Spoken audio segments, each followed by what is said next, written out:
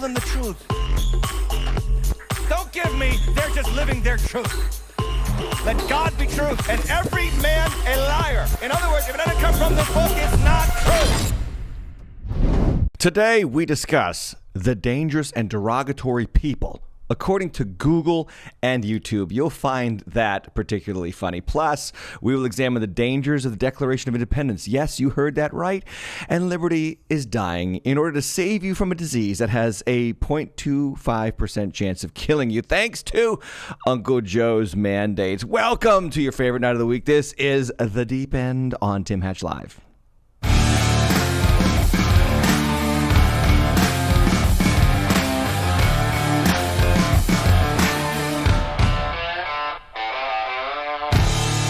All right, welcome. It's 7:30. It's Tuesday night. Where else would you be? You're here. I'm here, and I'm so glad to come to whatever device you are on and to be with you on a very important week. This last week, I took off from the deep end and the deep dive, and man, what a week we've had. And I even forgot to mention in the cold open just now that America is now Pan Am. Pan Am. No, not Pan Am, the airline. Pan Am. You know, the fictional crazy universe from the Hunger Games? Yeah, that's our country. I've been talking about this on this channel before. Life imitates art, and it's amazing to see it happen. Anyway, every time we gather, I remind you to subscribe at youtube.com/TimHatchLive for as long as they keep us up. Okay, so youtube.com/TimHatchLive for as long as they keep us up, because we've got some news for you about the channel and about the content and where we're going. It is episode 3 of season 5 of The Deep End. On The Deep End, we discuss the news of the day for Christians. I'm talking to Christians. So if you're not a Christian, you get upset. I don't mind. That's fine. Maybe you should be upset. But for Christians, we got to look at culture. We got to look at news. We got to find what's happening, look at what's happening, and find truth that speaks to it from God's word. So Deep End on Tuesdays, Deep Dive tomorrow night, and you don't want to miss the Deep Dive tomorrow night. I'm telling you, you don't want to miss it.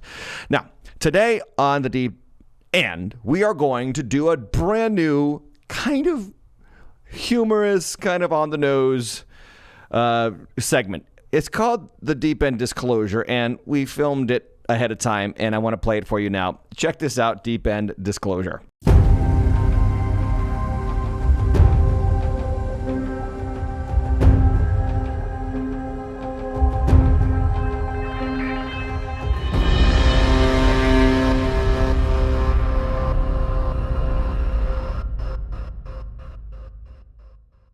I come to you from the underground.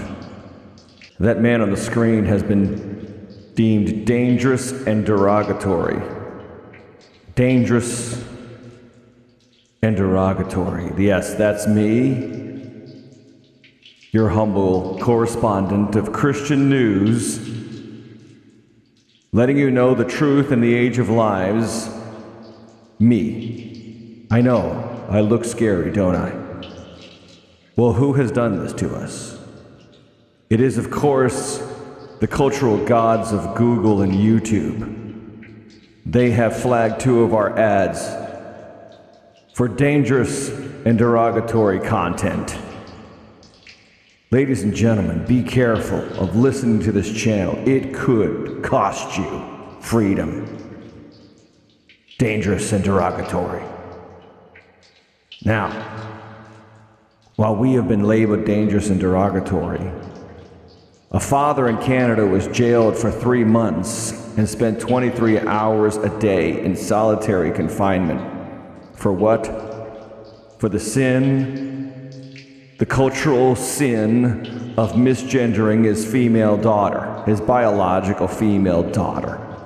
The Canadian authorities imprisoned him for 3 months. 23 hours a day in solitary confinement.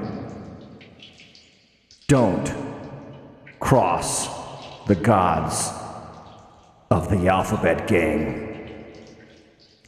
These are dangerous times we're living in. And this man on the screen before you is dangerous and derogatory. But maybe we shouldn't feel so bad. Because after all, guess what else was listed as dangerous and derogatory? The Declaration of Independence. Yes, on the website, the National Archives website, archives.gold, has issued a warning label for the Declaration of Independence. It's about time. The Declaration of Independence has a warning with a link. And the link says, see the National Archives statement on potentially harmful language. For what? For the Declaration of Independence. I'm sorry for the laughter. This is not a laughing matter. But this is where we are, ladies and gentlemen. This is the world of dangerous and derogatory. Me, your humble correspondent from the deep end, and the Declaration of Independence. Pay no attention to that man on the screen. Be warned, those who speak against the New World Order, of what is offensive and what is harmful. What is harmful according to the NARA? Web pages that contain harmful or difficult things to view concerning the history of the United States. These things may or may not contain racist, sexist, ableist, misogynistic, and xenophobic opinions and attitudes. They may be discriminatory toward or exclusive toward people's views on sexuality, gender, religion, and more. It may include graphic content of historical events such as violent death, medical procedures, crime, war, terrorist acts, natural disasters, and more. And it may demonstrate bias and exclusion in institutional collecting and digitization policies. Ladies and gentlemen, now considered dangerous and derogatory are the words, we hold these truths to be self-evident, that all men are created equal, that they are endowed by their Creator with certain unalienable rights, that among these are life, liberty, and pursuit of happiness. That, my friends, is dangerous and derogatory. Be warned of people like this. And that, my friends, is deep end disclosure.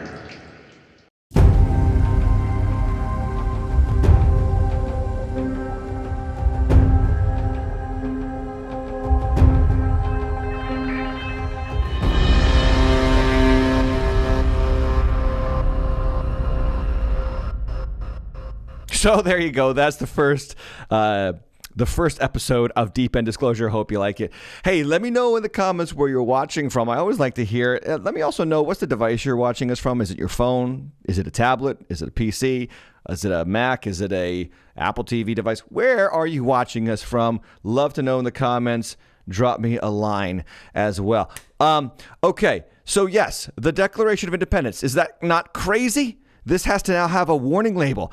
This is the snowflake culture that we're living in, where everybody gets offended by everything, and we have to placate the least emotionally stable among us. But this has been happening in our country increasingly for over 2 decades now. I mean, the most coddled, the most protected age group, a generation in history, and now even the things that made us as a country are considered offensive. And perhaps the reason why the cultural elite leaders or whatever have to warn us about the Declaration of Independence is not because of the fact that the Declaration defines us as equal and created by God equally, and that we have certain rights like life, liberty, and the pursuit of happiness, not the guarantee of happiness. But maybe it's this line from the Declaration of Independence that they're the most concerned about. And I'm talking about the cultural elite rulers over us. This line: when in the course of human events it becomes necessary for one people to dissolve the political bands which have connected them with another, and to assume among the powers of the earth the separate and equal station to which the laws of nature and nature as God entitle them, a decent respect to the opinions of mankind requires that they should declare the causes which impel them to the separation. Maybe that's the line that our cultural leaders, our cultural self-appointed gods, are really scared of when it comes to the Declaration of Independence. Because it might be that we are there. It might be that we are at a point where we've got to declare independence from a culture of complete and total chaos and crazy. Like, just maybe it's just me, Maybe it's just me. Maybe it's not you. But after, and I have this on the screen for you, after 20 months of the false and misleading information about COVID, masks, lockdowns, death numbers, vaccine effectiveness, natural immunity, mostly peaceful riots. The Taliban are still on Twitter. Kids can pick their gender. White people are to blame for everything. Everything is racist. Public school indoctrination. Maybe after all that, 20 months of that, a lot of us are sick of it. A lot of us are really sick of it. And so maybe the cultural elites are scared we might rebel. I don't know. We got to go places where we can hear each other speak, though, because we're getting ostracized and demonized, and it's not a joke. I know I made it a joke in deep end disclosure, but it's not a joke. People like me are going to get canceled eventually. People like your ordinary average pastor in the American church going to be canceled, going to be censored. John MacArthur, who is as biblically straightforward of a preacher as you can get, he had one of his recent messages on Romans chapter 1 removed from YouTube. And people who like to comment on his messages, their videos were removed from YouTube. Something's going on. So we don't want to be reactionary. We want to be proactive here on the Tim Hatch Live channel. So I got big news for you. We are moving all of our content to Rumble. Rumble, Tim Hatch Live at Rumble is now live. You can search it, Tim Hatch Live. I think it's rumble.com/Tim Hatch Live. But we're asking you for support here through the Cash App, the hashtag Tim Hatch Live, or go to timhatchlive.com/support. And the reason why we're asking you for support is because we've got to put a financial investment down to get the Rumble account going. So if you can do anything, $5, $2, whatever, Cash App us. It's, I think, $150 a month to have a no ads account, which is what we want. And then we're also looking at locals.com because Twitter, YouTube, Facebook, these are not free outlets anymore. They're censoring pastors. They've labeled me dangerous and derogatory. They're going to increase this. They are not going to decrease this. And they feel justified because nobody's speaking up. And no one in the Congress or legislator is actually proposing any kind of fairness doctrine here. So we've got to go where we can go to continue to bring this content. timhatchlive.com/rumble. Check us out there. Search the channel and subscribe today there because you can subscribe for free. But we got to get that channel going and support us. And I appreciate you. Love you guys. So thankful that I can do this. This is not my job. I have a full-time job as a pastor. So I love to bring this to Christians around the world, wherever you are, to bring you the truth. Here's another truth. Back to the show. We are being trained to hate ourselves. We are being trained to hate ourselves. And this is why the declaration is dangerous and derogatory. Is considered harmful and offensive. This is why that's happening. Because we are being trained by the educators of our society to hate our history, our values. We are being trained to believe that everything about this country was rooted in white racism or white supremacy, that everything wrong with our country is white supremacy and racism. And it's just not true. But the highly quote unquote educated are working overtime to convince us of this. And that's why I'm on this channel. I mean, it takes a lot of work to put these episodes together. It does. And I have a team behind me that helps me so much. But I've got to do it. I can't hold this in. Okay, I'm going to give you another example. So 9/11 was Saturday, the 20th anniversary of the worst attack on America in, I think, our history, with a close second being Pearl Harbor. 3,000 of our fellow countrymen died at the hands of hateful members of Al-Qaeda. It was a time to remember. It was a time to reflect. I even got on Twitter and I said, listen, let's not debate politics today. 9/11 is a sacred time for us to remember the attack and to remember what brings us together, our unity, our diversity, and all that kind of stuff. Nope, that's no longer the narrative for some people. Because again, everything is rooted in white supremacy and everything is evil because of racism. And so I bring you to the Maxwell School of Citizenship at Syracuse University, Professor Jen Jackson. Maxwell School of Citizenship and Public Affairs, Syracuse University. She took time to tweet on 9/10, and I'll put her picture here on the screen for you. That's her. before we get to her tweet.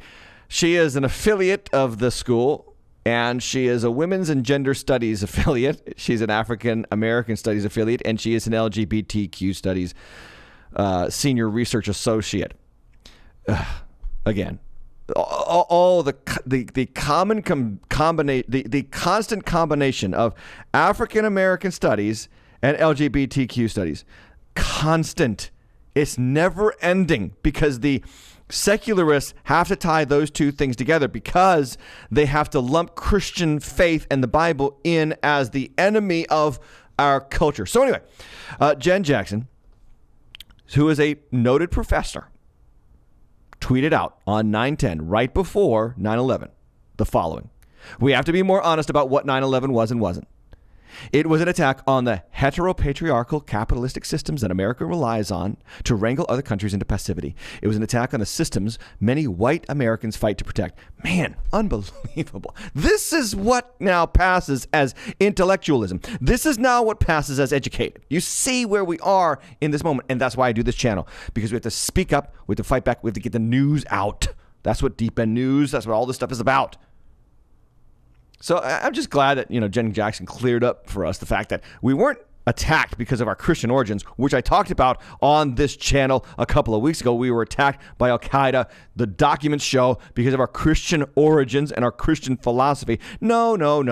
That's hateful history we have to eradicate. Now it's about the heteropatriarchal capitalistic systems of America. Glad we cleared that up.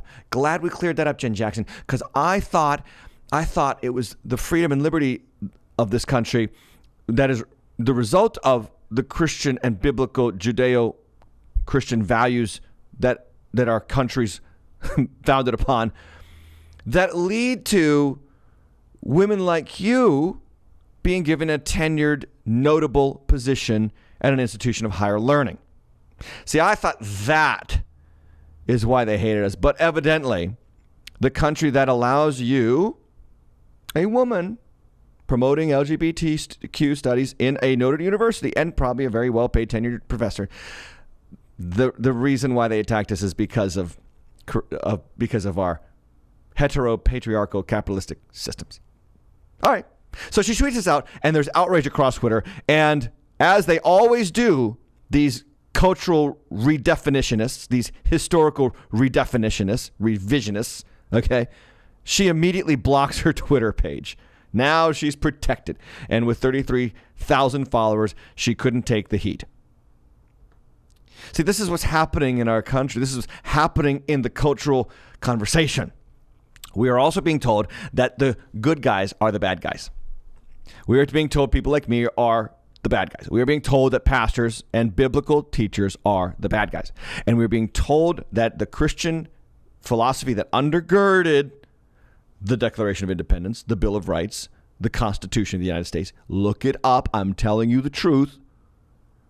The people who spoke into our founders were pastors and biblical theologians. Okay, I could share with you proof upon proof of this. But what we are seeing right now is that is being ripped away from the history of our country. We have to demonize it and hate it and vilify it. Just like in the days of Elijah, I remind you that it was King Ahab, the wicked, sexually immoral king married to the perverse Jezebel, who labeled Elijah, God's prophet, as the troubler of Israel. Look it up in 1 Kings chapter 17. And Jeremiah, who as Israel was descending ever more into pagan idolatry and sexual immorality, they considered Jeremiah's preaching dangerous, derogatory, evil. They threw him into a pit because he wouldn't stop preaching the word of God, and no one listened to his message for 23 years. And by the way, we read the book of Jeremiah today. We do not read the books of the false prophets of his day. There's a reason for that, because when you stand for truth in your generation, you might be hated now, but God will make sure that you are remembered later.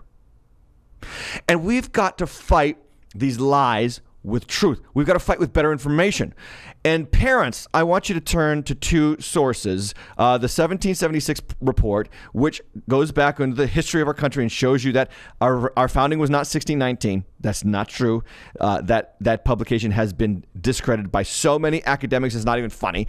And I want you to also look at The American Story, the Beginnings by David Barton and Tim Barton. This is a father-son duo who do a fantastic job. And those books are not long. In fact, the one on the right, I can attest, I have read most of it.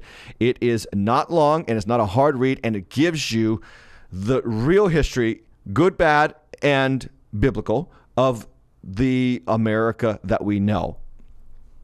But we are descending. We are descending ever more into oblivion, and it's getting worse and worse every single day. I bring you back to the woke effect. The woke effect. What does woke mean? Somebody is watching me in Peru, and when I went to Peru, they asked me, what does woke mean? Because this we understand in America, so I want to make sure that we all understand it. It means that you take issue with almost anything in our society, labeling it as racist, homophobic, misogynistic, and or a holdover from the evils of Christian colonialism. And thereby you attack the Christian faith, undermine it in the public school systems and in the institutions of higher learning, and introduce a progressive secular faith that is devoid of God, devoid of the Bible, devoid of everything that made us who we are. Wokeism is a relatively new faith that has been rooted in critical race theory, which is rooted in critical theory, which is rooted in Marxism. Its purveyors are Ibram X. Kendi, who I believe his real name is Henry Rogers, if I'm not mistaken, and Robin DiAngelo, who tours around the country and gets paid $25,000 to $50,000 a year to speak for 40 minutes about how all white people are to blame for every problem in our country. Racism is the original sin of wokeism, and also lumped in with racism is any anti-LGBTQ speech or thought or belief. Wokeism believes white people are the enemy. Inequality of any kind must be eradicated. Wokeism, finally, is an evil, vile cult that is going to destroy our nation. And it's making its hideous ways into every facet of American life. The NFL started their games this past week, and the NFL had to produce a woke commercial saying that the NFL is gay, the NFL is transgender, the NFL is this, the NFL is that, football is gay, football is transgender, football is, all these things. Because you have to pay homage to the woke religion to last and to be prominent in the society. I absolutely guarantee you that YouTube throttles this channel. YouTube throttles the channels of other biblically minded channels. So that's why it's so important that you subscribe below if you haven't already, and give this video a thumbs up, and make sure you give the beard some love, right? And get that notification bell clicked so that you can get notified on your favorite device when we are live. But the foundations of our society are being attacked by the religion of wokeism. So you even have to the point where we have a warning issued on the Declaration of Independence. That, to me, is beyond the pale. But let me ask you another question. In a normal world, if a man beat the living snot out of a woman and choked her into submission, in a normal world, what would happen? Hopefully what would happen is a 9/11 call, an arrest, an investigation, a prosecution, and hopefully much, much time in jail for the man. Yes? Well, it's not the normal world anymore. Put on a screen a picture of two people that very scenario played out with. The man on the left, guess what his name is? His name is Alana McLaughlin. Yes, you heard that right. The man on the left is named Alana McLaughlin. He was a Special Forces soldier in the U.S. Army. And the woman on the right is a MMA female fighter named, I believe, Celine Provost. Celine Provost on the right has been fighting in MMA for 10 years against all women. But Alana McLaughlin, who transitioned to a woman recently, took up MMA fighting in the female division earlier this year. And they fought in the octagon, and he kicked the crap out of her in a few minutes to thunderous applause. And here he is, choke holding this woman. Here he is, transgendered man, former special ops soldier, okay? is beating the snot out of a female. And the world yawns at this. Do you know why? Because my body, my choice. My body, my choice, unless you make a choice against the vaccine. Then it's not your body, your choice. It's their body, their choice. Their body, no choice.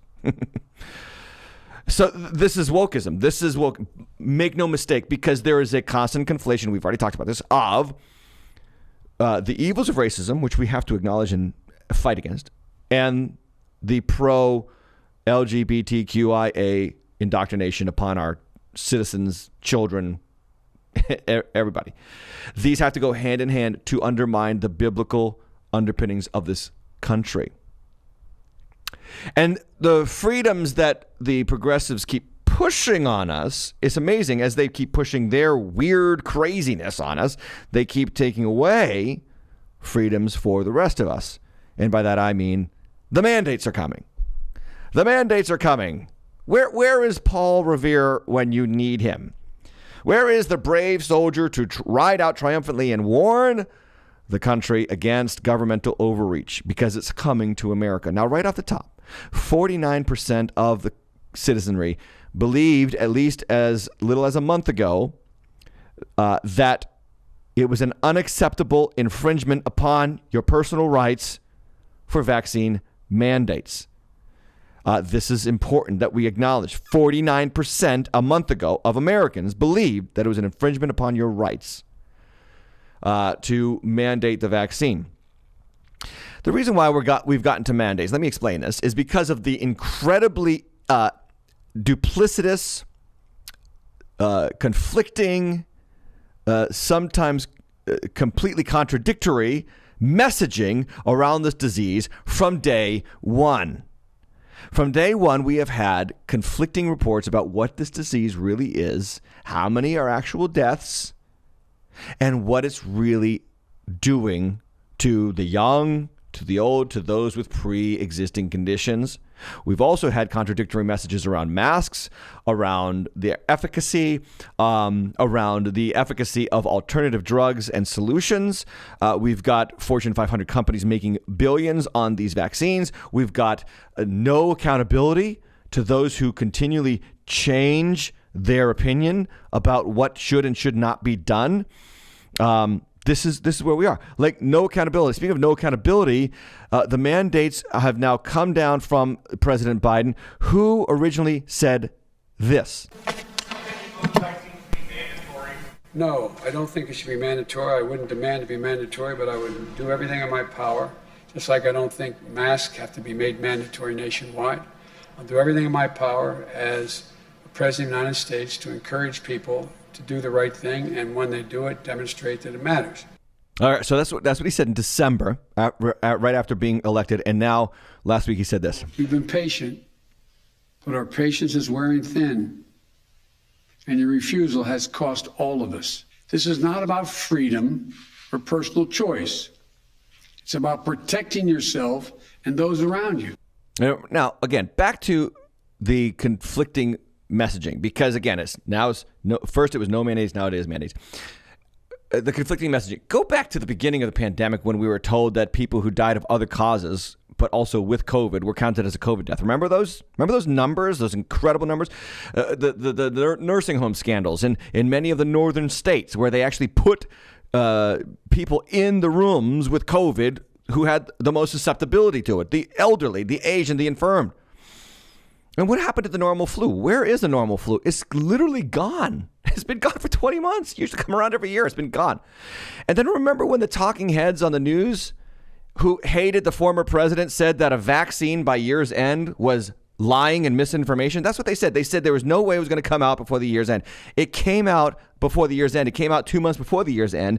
And they reported on its efficacy only after President Biden was declared the winner of the election, which means they had, and we all know that this is true, they had the news of the efficacy before the election, but they didn't want to release it because they didn't want Trump to get elected. And now the very same people who said that a vaccine before the end of the year would be impossible and was lies and misinformation are the people who are telling you anyone who's suspect of the vaccine now, because it's so new and so novel, those people are spreading misinformation. Do you see how they keep changing the conversation around whoever is not for us is against us, whoever disagrees with us is against us? And we remember these things as well. We were told if we were vaxxed, no mask required. Then they changed that. Now, if you're vaxxed, you still need a mask. And then we were told back to masking for everybody. And now we were told the unvaxxed need to be vaxxed to protect the vaxxed. So if the vaxxed need protecting, is the vaccine working? My point is not to argue for or against the vaccine. My point is to say this is why we get to mandates, because of the constant misinformation, because this crisis has led to another crisis, the crisis of misinformation. And no one is allowed to talk about natural immunity, and no one is allowed to talk about other alternative forms of treatment. And we can't even mention the fact that this pandemic has cost us trillions of dollars in our national budget that we will probably never repay. We keep foisting more debt upon our children and our children's children and our children's children's children. We've destroyed small businesses. I think it's like 1 out of 3 small businesses gone forever because of the lockdowns. While at the same time, this pandemic has benefited the monoliths of Amazon, Facebook, and Google. And then why can't we just talk about general health? Why is no one willing to say, take care of yourself? Why is this evil now to say things like that? I saw this stat on the pandemic and what it's done to young people in terms of obesity. And this is crazy. Let me put it up on the screen. This is from JAMA.org, and you can download the PDF. Changes in body mass index among children and adolescents during the COVID-19 pandemic. Now, let me summarize their findings.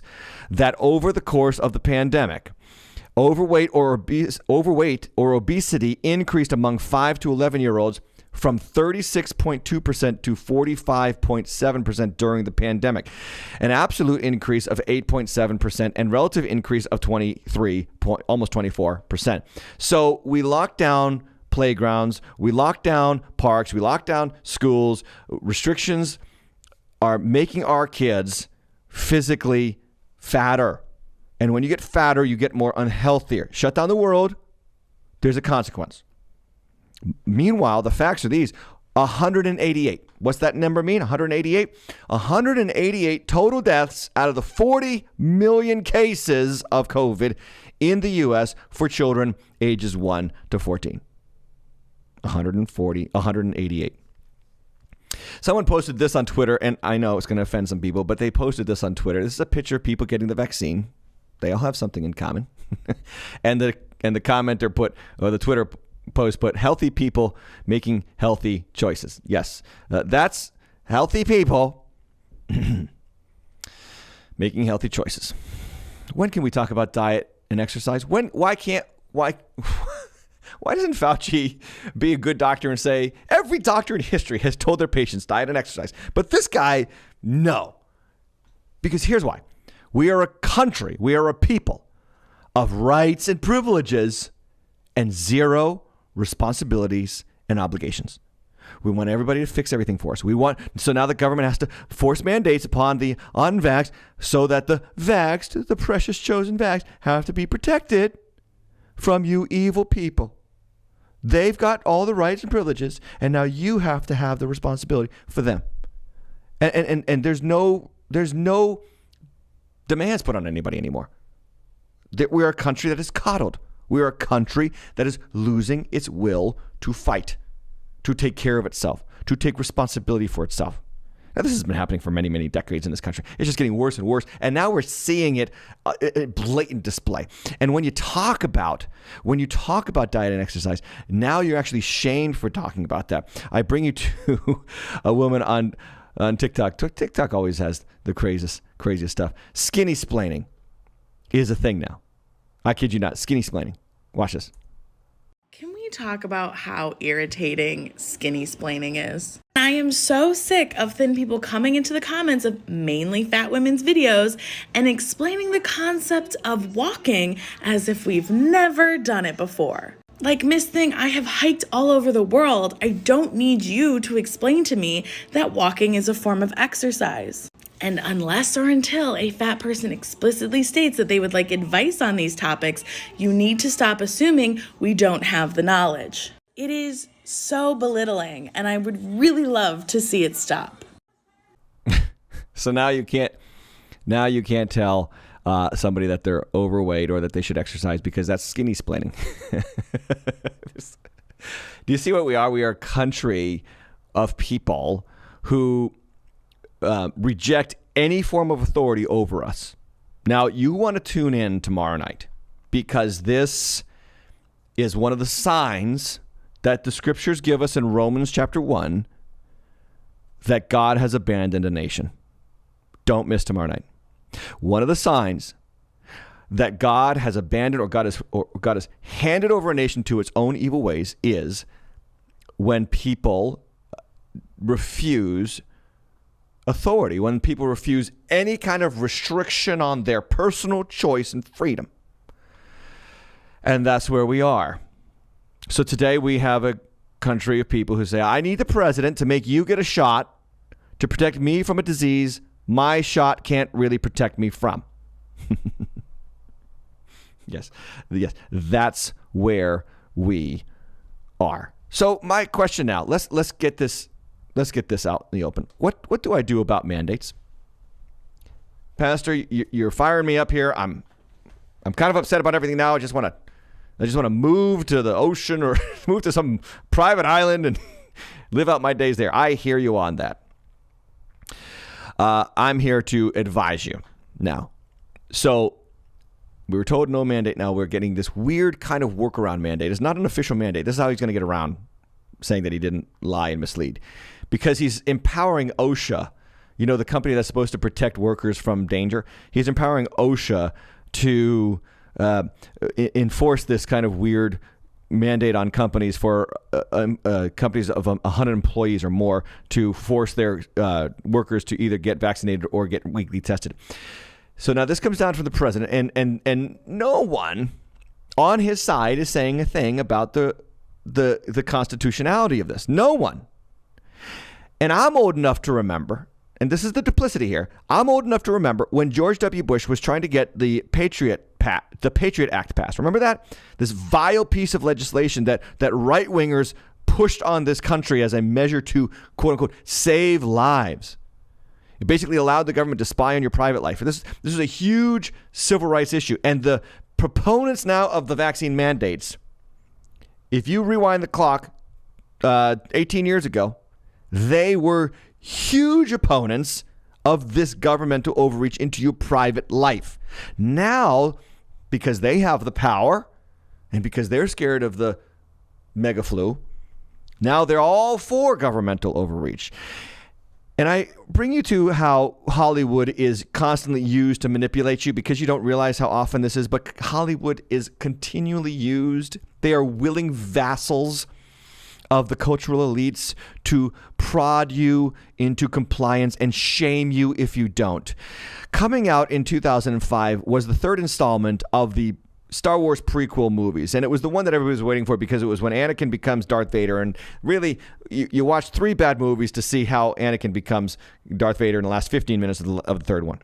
But because the Patriot Act was recently passed, George Lucas decided to take to the writing table and create a politically driven, politically biased script to undermine that move.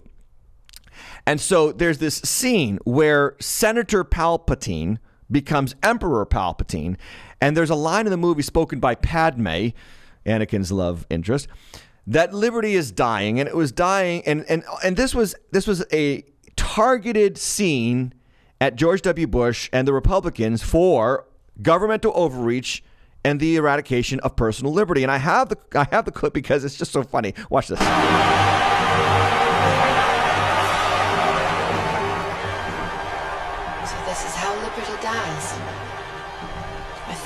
Applause. So this is a common technique of Hollywood and pop culture. They are willing vassals of the progressive secularists who want to foist upon you shame for not falling in line. No one's talking about liberty dying. No one on that side now is talking about private infringement on your rights, or governmental infringement on your privacy. So this is where we are. The question is now, what do we do? A couple of facts that I want to get to first. Interestingly enough, the USPS is exempt from mandates. Now, this is hilarious to me because how many federal workers do you deal with on a daily basis? And who are they? I guarantee you it's one, and it's your local mailman. So the only federal employee that you see on a daily basis is exempt from this order. Now, how did they get exempted from the order? They got exempted because of their powerful lobby, their powerful labor union. This is from the labor union's page of the American Postal Worker Labor Union. They represent 200,000 USPS employees, and they denounced vaccine mandates and said any issues related to inoculations or testing must be negotiated with the union. This is called ironic because labor unions are a Democratic, talking point. It's a thing that the Democrats are very responsible for and beholden to. And it's kind of funny that the largest governmental labor union has gotten an exemption from the mandates from the president that they most likely voted into office. It's just kind of ironic. Again, duplicity, hypocrisy, and we're going to get to much more in just a moment. Federal workers, these are the facts going on. Federal workers who refuse to get a vaccine will first receive counseling. So you need not just the vaccine, but you need counseling because shame on you. And then they ultimately face termination if they persist in refusing. And I believe that the Congress is exempt from this mandate, but I think, as far as I know, all the congressmen and senators are vaccinated. Is it constitutional? Because that's the question, right? Is this constitutional or is it not? And this is from Henry Olson, senior fellow at the Ethics and Public Policy Center in Washington. He says no. No, it is not. Quote, Biden's order is unconstitutional. Under our federal system, the U.S. government does not have the power to require an adult to do something with or put something into his or her body. So far, so good, right? And then the other thing that you have to know, again, back to the facts, and we're just unpacking facts. I'm not here pro or against vaccine. I'm just trying to give you facts. That did you know OSHA itself, which is the legislative arm or the governmental arm that Biden plans on using to make sure that the people are following these rules, has experienced a steady decline in staffing and currently provides one inspector for every 83,000 workers. One inspector for every 83,000 workers. So for anybody who's worried about this, the chances that the government is actually going to be able to enforce it are very slim. Very slim indeed. You've got to just remind, you got to know the fact, before we freak out, before we get all worked up over this stuff, before we start to, think about cultural rebellion or, whatever, let's just remember that our government is very inept at making us do anything. Thankfully, I've already heard of many many companies who are not going to enforce the mandate. Thank God. They're going to stand against it. They've got high-powered, high-priced lawyers who will fight this and probably fight it all the way to the Supreme Court. So before we freak out, before we go crazy, let's just consider the fact that there's a good chance this is not constitutional, as far as I know, as far as I've read. And there's a lot of people who will oppose it. Now, something else that's happening. And you might want to ask this question. Why would an entire maternity ward in a hospital rather quit than take the shot? Aren't these nurses who have some knowledge about vaccinations and health and science and what you should be plugging into your body? It's kind of interesting, right? An upstate New York hospital is going to pause delivering babies. I don't know how they're going to do that for 2 weeks because of the resignations of workers in their maternity unit who are objecting to the COVID-19 vaccinations. So this is happening. And then somebody got on the response to this tweet, and this is kind of hilarious. Somebody responded and said, I wouldn't want an unvaccinated nurse anywhere near my newborn. And then someone responded to him and said, Amen, I know, right? Think about all those kids who were born during the start of the pandemic in 2020 before the vaccine was produced, tested, and distributed. The infant mortality rate during that time was like 140%. Facts, man. Facts. Like, the point is, there wasn't this outbreak of death of newborns when we didn't have the vaccine and at the start of the pandemic and even up until the point when we did have the vaccine. There's been no problem with the disease upon the young, as I've already discussed on this episode. So this could be happening. People could be quitting. People could be giving up their jobs. And that's going to lead to another problem. Economics is no longer being taught. So I have to do it. So welcome to Deep Endonomics. I got a segment for everything. Deep Endonomics.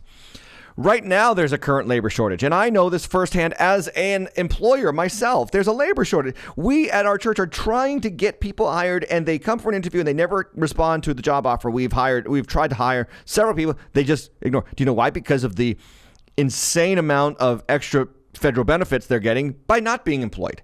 So they stay home. Now say we have an increase of that because people quit over the mandates. This is a very likely possibility. So people quit over the mandates, and our labor shortage doesn't go down, it goes up. Even less people work. Now, when you have less people working, you have less things being produced. That creates a supply problem. And when you have a supply problem, but you still have the demand for the things that aren't being supplied, you get a price hike problem. And higher prices are going to fall on everything, but most particularly upon basic needs, such as milk and gasoline. You know, things that you actually need every single day to make your life actually work. And so when you have all of this happening, you have a burden on one particular group of people, the poor. The poor are the ones who are going to suffer most as a result of this mandate, because the poor always need gas. The poor always need milk. The poor always need bread. And those prices are going to go through the roof. It is a functional inflation. Higher prices because of shorter supply is a functional tax on the poor. I have to do this I'm a pastor. I never thought I'd be talking about economics on my YouTube channel, or even have a YouTube channel for that matter. But I have to talk about it because people are ignorant of economics, because everybody is more infatuated with this celebrity culture that shames them for believing the Bible is true and is a functional arm of big government who is coming for you. One of the things that Joe Biden ran on was the K-shaped recovery, which he said K-shaped, which means that the rich would get richer and the poor would get poorer. Yeah, it's happening. There is a K-shaped recovery happening under President Biden, who complained about it happening under President Trump. Do you know who's benefiting the most from the current economic environment? The rich. And the people who have houses worth $500,000 or more. Their houses are flying off the shelves, quote unquote shelves. They can't keep them in stock. The houses that aren't selling are the houses that are costing less than $100,000. Do you know what that means? That means that the poor are struggling the most as a result of our current economic environment. And these mandates are going to make it worse. And I have to share it because no one knows this, or is at least willing to say it from the pulpits of America's churches. Meanwhile, back at the Capitol last night at the annual Met Gala fundraiser, where tickets were $30,000 each, celebrities showed up in droves with their little diatribe hashtag causes attached to their garments, such as Peg the Patriarchy. I don't know who that is on the left, but it's some celebrity. Such as equal rights for women, and I don't know who that's on right there in the middle left, but that's some celebrity. This is the Met Gala, $30,000 ticket. There's the rapper, I forget what this guy, Old Town Road rapper. There he is in a dress. And then this is Congresswoman Alexandria Ocasio-Cortez with a dress that says, tax the rich. At a banquet where tickets cost $30,000 each. Then there was Megan Rapinoe, sporting a patriotic blazer, it looks like, with a card that says, "In gay we trust." This is the capital. No, not Washington, D.C. It's New York City. But I say it's the capital because we are now Pan Am. We are now Pan Am of the Hunger Games. I look at that and I see the scenes of the Capitol from the movie The Hunger Games. Do you not see that? I see it clear as day. And look at this. They're all unmasked. And guess who is masked? The Help. Look at the Help. All of them behind the beautiful people. It is the Hunger Games. So the question for you and for me, and the thing that we have to discuss is there a vaccine for this craziness? Yes, there is. Luckily for you, we've got a vaccine for the nonsense that we're seeing in our current cultural moment. And I implore you to join me for tomorrow as we head back into Romans, because Romans teaches us in Romans 12, do not be conformed to this world, but be transformed by the renewal of your mind, that by testing you may discern what is the will of God, what is good and acceptable and perfect. We've got to learn how to test. We've got to learn how to discern. We've got to get back to what's good and acceptable in the will of God. And that's Romans chapter 12. We got a long way to go before we get there. Join me tomorrow night on the Deep Dive with Tim. If you haven't already, subscribe to all of our social at Tim Hatch Live or /Tim Hatch Live. This has been a wonderful time together. I hope you've enjoyed it. I've enjoyed it. The Deep End on Tim Hatch Live. Guys, I'll see you tomorrow night. My name is Tim. I've been a pastor for 22 years, and I have been doing this for a long time. How to interpret culture through the lens of Scripture. And so I'm bringing that content straight to you, at home, or wherever you are. Check us out at youtube.com/Tim Hatch Live. Every week I do a show. It's called The Deep End. We take a deep dive into news, politics, culture, and Scripture. You don't want to miss it. It's going to help you understand how to live as a Christian in confusing times.